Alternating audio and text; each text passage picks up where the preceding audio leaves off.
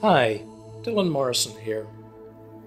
Welcome to this, my 7th talk in the Desire series entitled I Don't Like to Judge, but many of us who follow the religious or spiritual path are labelled hypocrites by those outside our particular group or belief system. But what exactly is hypocrisy, and is it legitimate to label others as such?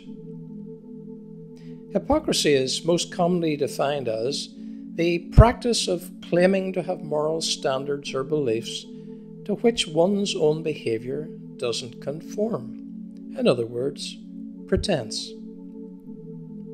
Yet this painful definition requires further clarification. If I pretend to be something that I am consciously not, then I'm not a hypocrite, but rather a deceiver. The insidious essence of hypocrisy is that it is totally unrecognized by the hypocrite. A deep stream of inconsistency that bypasses the host's conscious mind.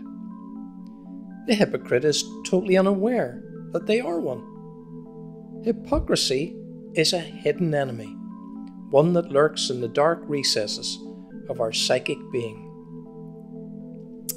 As we live and move within the realm of culture and its twin world of religion, as defined in my previous talk, we daily breathe the air of hypocrisy. The scapegoating mechanism in which we all partake is the fleshed-out manifestation of such a hypocrisy. Partaking in the ritual condemnation of others, we truly believe ourselves to be right and the other wrong. The possibility that we could be wrong and hence somebody else a scapegoat, rather than the pseudo-secure scapegoater, doesn't even enter our heads. Society at large and our own daily personal lives are oiled by this hidden hypocrisy, one that enables us to temporarily feel good about ourselves, whilst looking down our noses and psychically stoning the maligned other. Morality in all its various forms provides a veneer of respectability to our condemnation of the goat or devil god, the one who's judged responsible for all our ills. If only they were driven out and excluded from our personal or communal lives, then everything would be well. Little do we realize that their apparent sins also reside deep within our own psyches, ready for a suitable opportunity to reveal their fragmented hand. There but for the grace of God go I, and all that. Surprisingly, perhaps, wakening up to the truth of the scapegoat mechanism and its clandestine hypocritical cloak doesn't guarantee us freedom from its devilish power. Recognizing such a stormy ocean of hypocrisy swirling around us may in fact just make us bigger hypocrites. The knowledge of how society and individuals operate can become a new weapon in our ritual power plays of ostracization.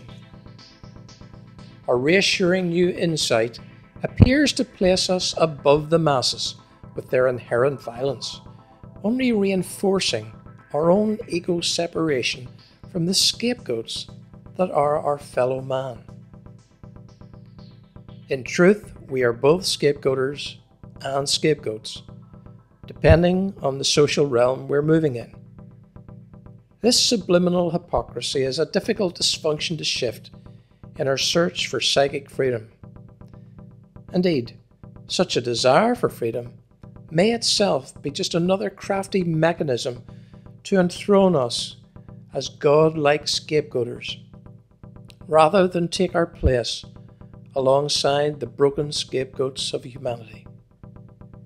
So who can deliver us from such an insidious personal and communal state of affairs?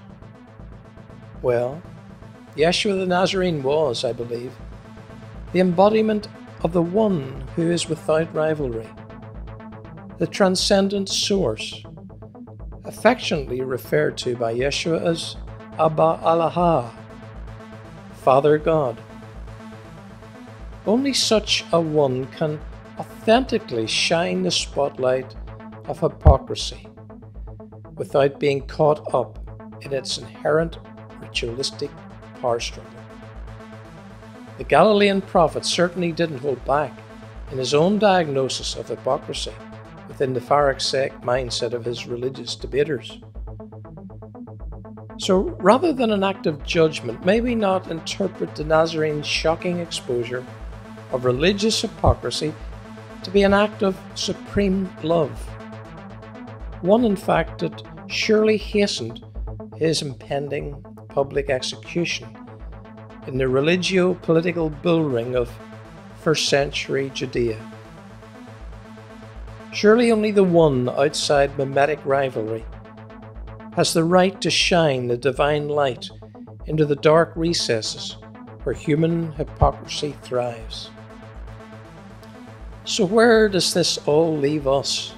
Well, simply, we are all hypocrites, but hypocrites that are welcomed back into the arms of divine love.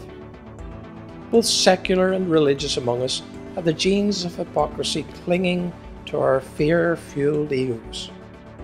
The fear of being scapegoated by those around us, and ultimately our transformation into the devil god of religion. The acceptance of us by divine love doesn't depend on our place in the scapegoater rankings. Knowing us all to be both scapegoater and scapegoat, divine love thankfully welcomes us into its transcendent union, the place where hypocrisy withers and dies. To walk in spirit breath is the only effective antidote to the hypocrisy and insidious judgment that so easily lurks within our human heart. Living in culture with its big top scapegoating circus is an experience that will eventually drive us into the arms of divine innocence, the sonship of divine love.